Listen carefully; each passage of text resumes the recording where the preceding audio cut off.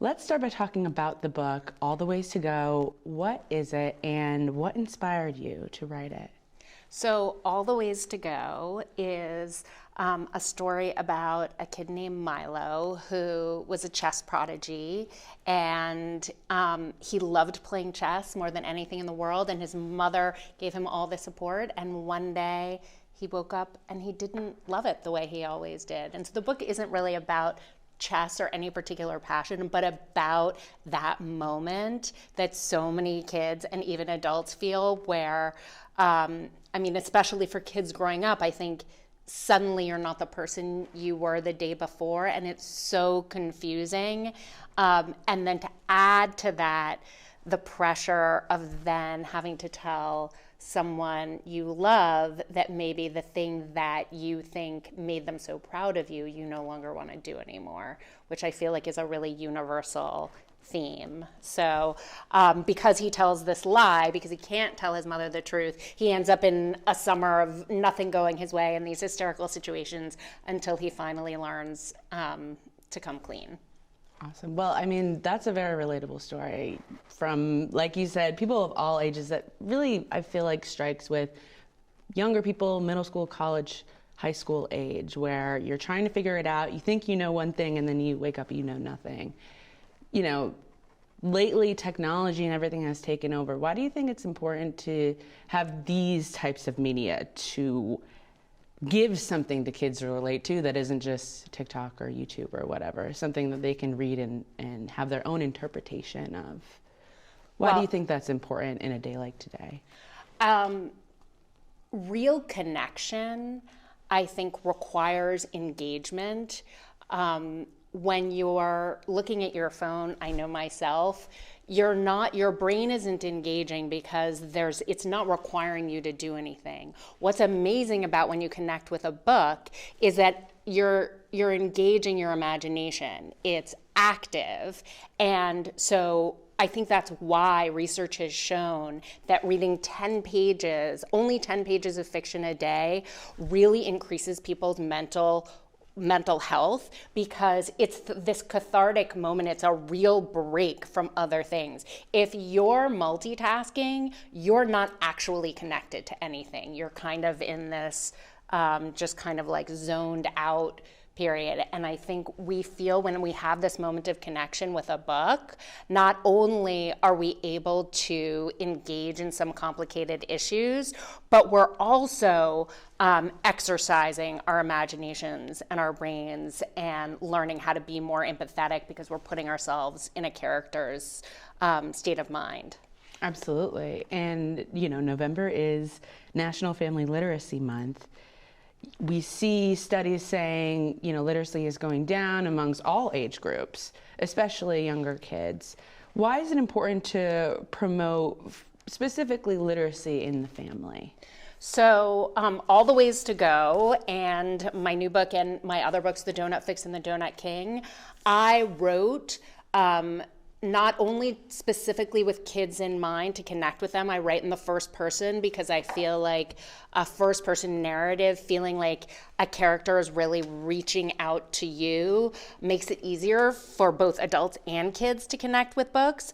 But I specifically write them with a lot of humor and as a family read aloud. I think it's so, so important to be able to connect through books. I think I'm a huge fan of audiobooks. I think when you're in a car, some of my favorite moments with my kids are ones where we were all laughing together. I have memories of us pulling in someplace to a restaurant or wherever we were going, and the kids saying, "Wait, don't turn it off. Let's just sit in the car and listen to the end of the chapter."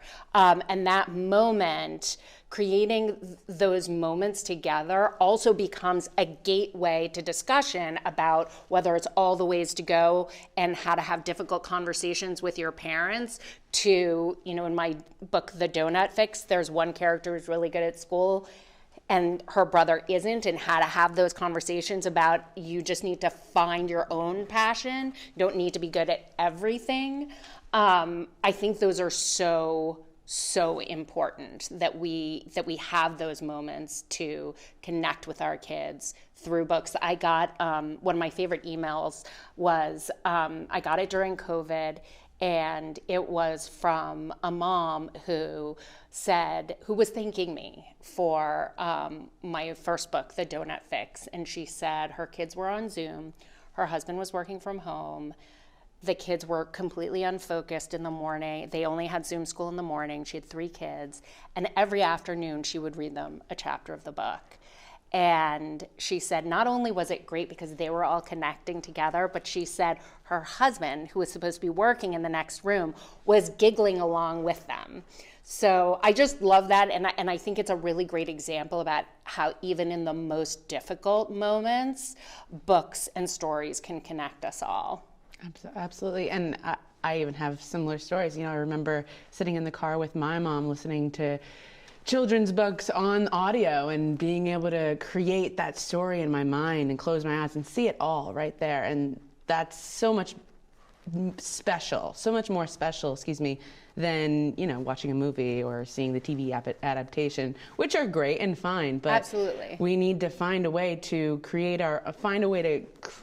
something in our brains without the exterior media, right? Absolutely. And one thing that was always so fascinating to me was sometimes my kids would bring something up and I would say, well, how do you know that? And they'd say, oh, it was in the Tales of the Fourth Grade Nothing, or it was in some book that we listened to. It also, my kids' language, their ability to use language was really impacted by reading aloud to them, by audiobooks. I think that not only are your kids going to accumulate vocabulary faster, they're going to become more persuasive storytellers. And if we're being 100% honest, every job in the world requires you to be a persuasive storyteller. And when I go into schools, in particular, when I'm talking to 8th graders who, are kind of jaded and they say, why should I care?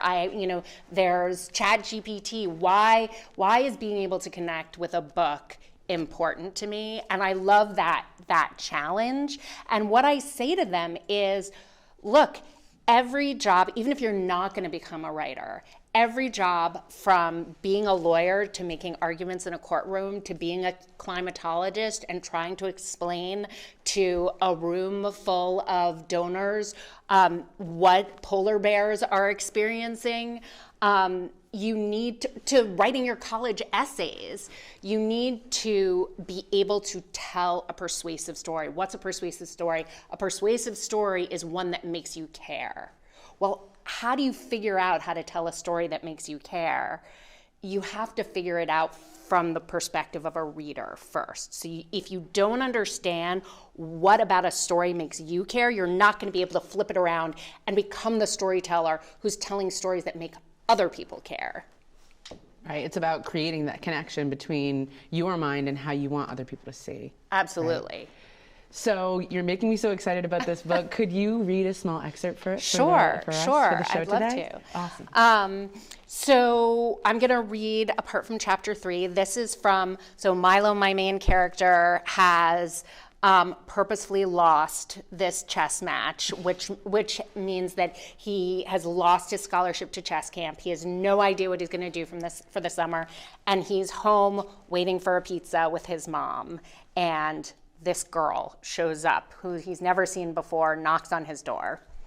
"Are you Milo?" the girl with no pizza asked. Yeah. It came out as a question because what I was really saying was, where's my pizza? Maybe I should have been curious about who this kid was from the start. Like, how'd she know my name and what did she want?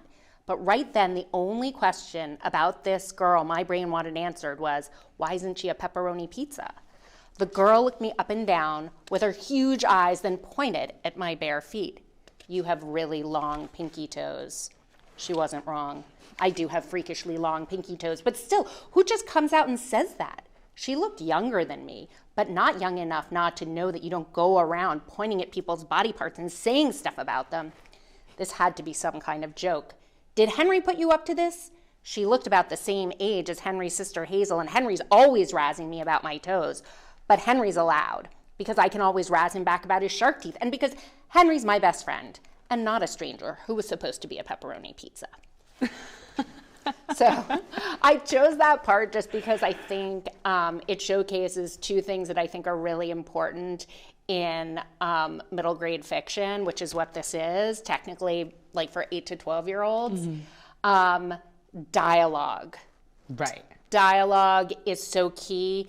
It gives you your eyes a rest on the page. Right. And even though I don't think technology should be taking over our ability to read, we have to keep in mind that our eyes are tired from looking at screens. And so it becomes a more relaxing experience when there's more white space. Also, humor is an amazing opportunity for, dialogue's an amazing opportunity for humor. Yeah. And I'm all about the humor. I love it. I'm all that about was the humor. so funny. Oh, I love the thank you. pepperoni pizza bit. That's great. Thank you.